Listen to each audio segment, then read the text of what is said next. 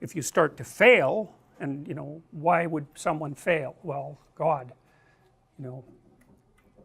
One idea that's very common in our culture is that poverty is caused by lack of money, and that's a really stupid idea, because money is very difficult to handle. I had clients who were drug addicts, and the worst possible thing that could happen to them was that they got some money.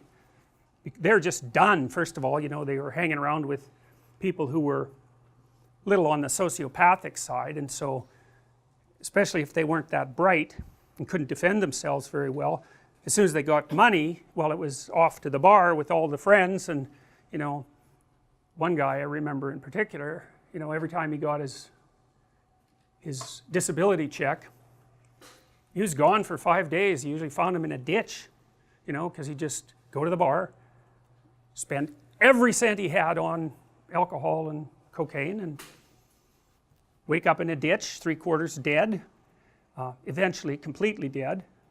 And then he was ashamed and horrified and repentant, and he'd straighten himself out again, and then that was all well and good until, as long as he was broke, until the next check showed up, and then bang, the same thing. So it's not like money is necessarily a good for everyone. It's hard to manage money.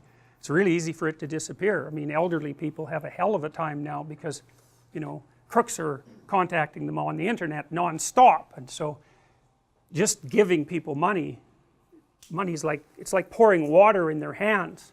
It's not that helpful, not necessarily that helpful. And then of course contributors to poverty are, well, it's not so good to have a low IQ. People don't like the idea of IQ because it seems so arbitrary. You have a high IQ, well, it's not like you deserve it exactly. You're set up that way pretty much right from the beginning. It's very, very, very, very stable.